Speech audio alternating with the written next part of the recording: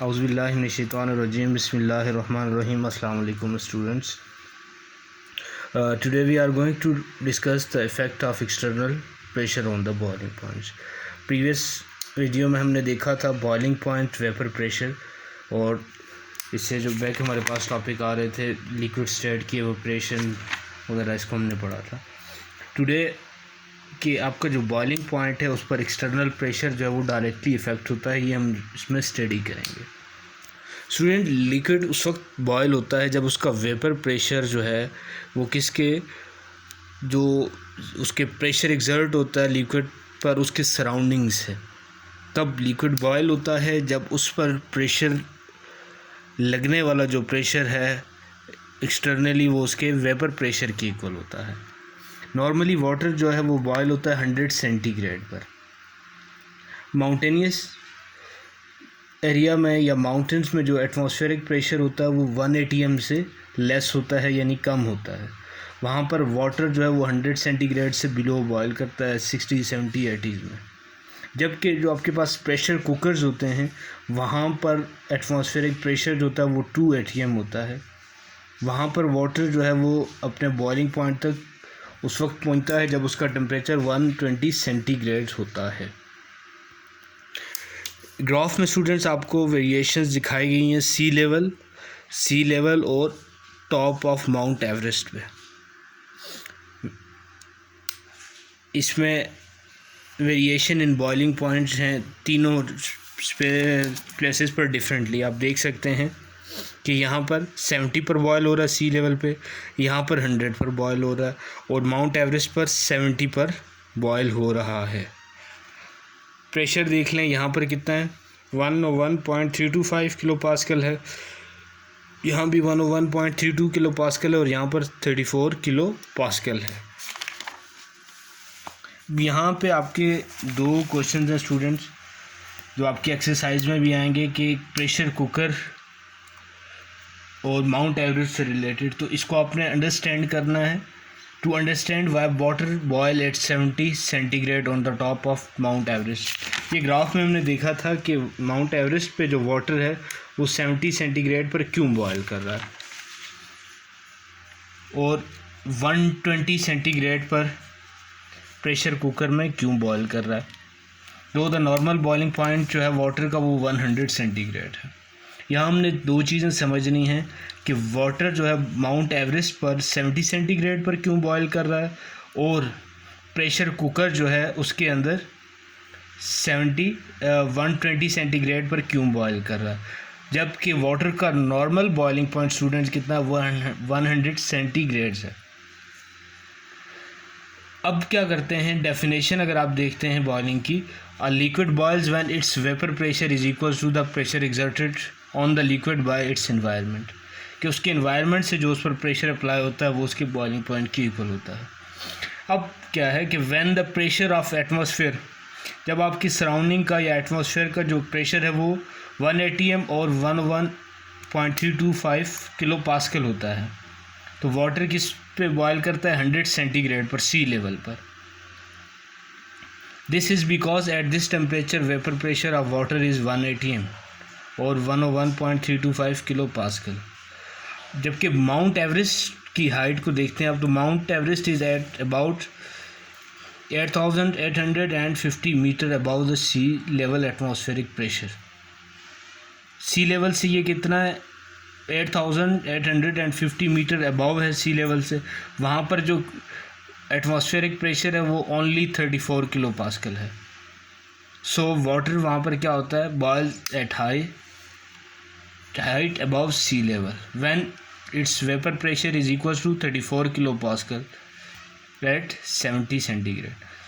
जब इसका प्रेशर जो है वो एक्सटर्नल के इक्वल आता है तो वहाँ पर टेम्परेचर 70 सेंटीग्रेड होता है. इसीलिए वाटर जो है माउंट एवरेस्ट पर बॉयल्ड होता है 70 सेंटीग्रेड पर. उसके बाद प्रेशर कुकर की बात करते हैं. तो प्रेशर कुकर को स्टूडेंट आपने ऑब्जर्व किया होगा कि pressure cooker is equipped with a valves that control the pressure inside the ball.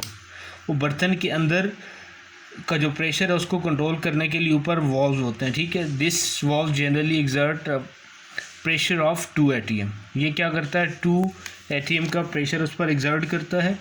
Therefore the valve does not allow water vapours to escape until the pressure inside the port reaches to ATM, because the vapor pressure of water becomes 2 atm when the temperature reaches 120 centigrade. So water boils at 120 centigrade in the pressure cooker. उसके बाद students हमारे पास अगला definition ही है distillation से related. Distilled water अक्सर हम एक term use करते हैं कि लेबॉर्ट्री में हमें डिस्टिल्ड वाटर को यूज़ करना होता है। वो प्योरीफिकेशन का प्रोसेस होता है, डिस्टिलेशन से गुजारा गया होता है उस वाटर को हम कहते हैं डिस्टिल्ड वाटर। और अब हमें होना चाहिए पता कि डिस्टिलेशन क्या होती है। What is distillation?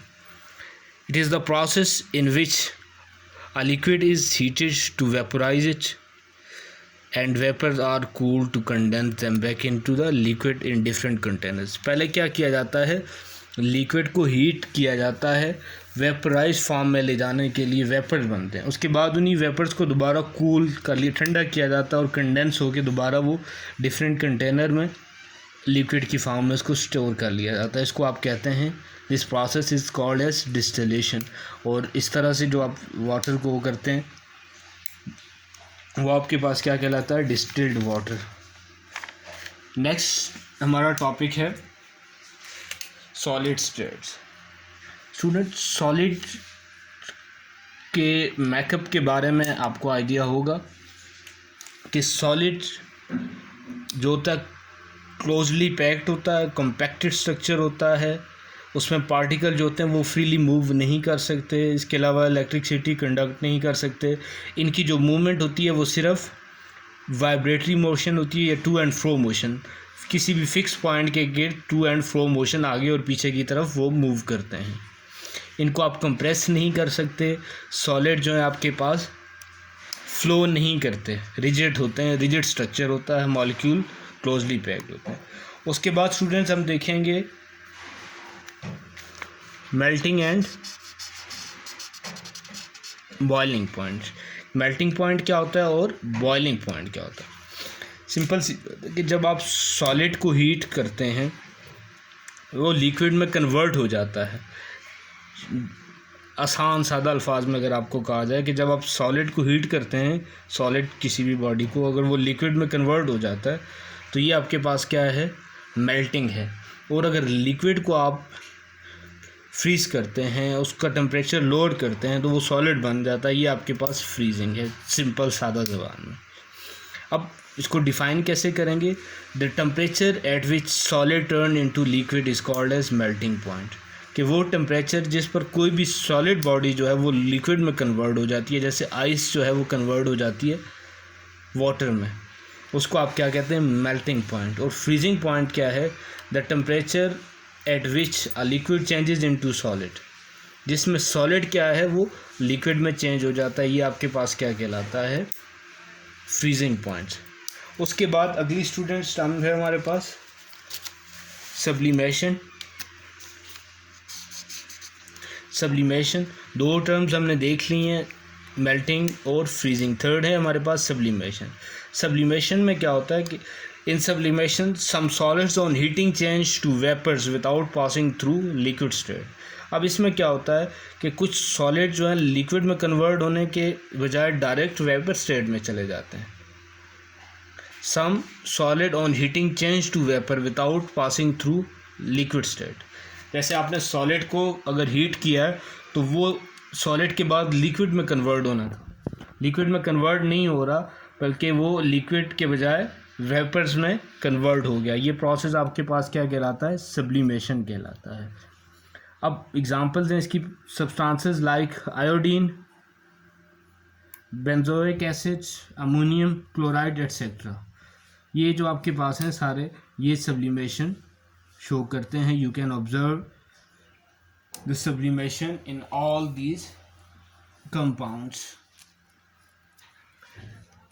नेक्स्ट है हमारे पास students types of solids.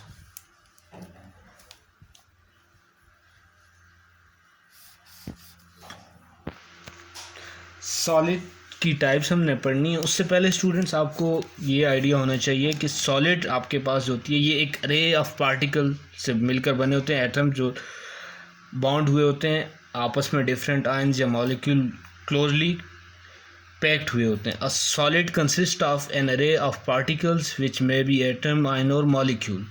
These particles are held together by strong attractive forces between them. The strength of forces that exist between the particle of solid determine the boiling point of the solid. अब जितनी ज़्यादा उनके strong intermolecular forces होंगी या strong bonding होगी, उतना ही उनका boiling point, melting point high होगा, क्योंकि उसको ब्रेकअप करने के लिए बहुत ज़्यादा आपको हीट की या एनर्जी की रिक्वायर होगी। You can recognize solid into two major groups based on their macroscopic appearance. उसके मेजर फीचर्स जो है मैक्रोस्कोपिक लार्जर स्केल पर आप देखकर उसको दो बेसिक पावर उसमें ग्रुप्स में या डिवाइड कर सकते हैं। एक आपके पास आ जाता है क्रिस्टलाइन सॉलिड है और दूसरा एमॉर्फस सॉलिड है। सॉलिड्स की स्टूडेंट दो टाइप्स हैं, आप उसको रिकॉग्नाइज करते हैं on the base of their macroscopic appearance. Macroscopic appearance की बेस पर आप सॉलिड को दो ग्रुप्स में डिवाइड करते हैं, एक आपके पास क्रिस्टलाइन है और दूसरा एमॉर्फस है। क्रिस्टलाइन सॉलिड क्या होता है, is that which is composed of orderly repeating 3 dimensional arrangement of particles. ये क्या होता है, कंपोज्ड होता है, ऑर्डरली अरेंज्ड होता है, रिपीटिंग यूनिट्स होते हैं 3 dimensional. This mean a crystalline solid has a well defined shape because of orderly arrangement of its particle. Crystalline solid have sharp melting point. Figure shows shape of sodium chloride. अब sodium chloride में क्या है आपके पास, sodium chloride का formula students आपके पास क्या होता है, NaCl। दिस इज़ जो आप घर में इस्तेमाल करते हैं टेबल सॉल्ट। यहाँ पर सोडियम और क्लोरीन दोनों ने मिलकर बनाया सोडियम क्लोराइड। अब यहाँ पर क्या है, एक सोडियम आयन है और दूसरा क्लोरीन आयन है। ये क्लोजली पैक्ड हुए हुए हैं क्योंकि ऑपोजिटली चार्ज हैं, इनमें अट्रैक्शन ज़्यादा है, इसी से ये रिपीटिंग यूनिट है, आपने पढ़ा होगा। लेट्स से ये आपके पास Cl है, ये सोडियम है, ये फिर Cl है। अब ये इसी तरह से रिपीटिंग यूनिट होंगे, ये आपके पास सोडियम है, ये क्लोरीन है, इसी तरह से ये रिपीट हो रहे होंगे। जबकि एमॉर्फस सॉलिड के होते हैं कि उनमें जो आपके पास ये ऑर्डरली अरेंजमेंट होती है ये लैग करती है, ये नहीं होती। Amorphous solid is one that lacks orderly arrangement of its particles. This means it does not have a well-defined arrangement of its particles. Amorphous solid do not melt at definite temperature but generally soften when heated. For example, इसकी आपके पास glass, plastic जो हैं ये आपके पास amorphous solid में आते हैं। Thank you.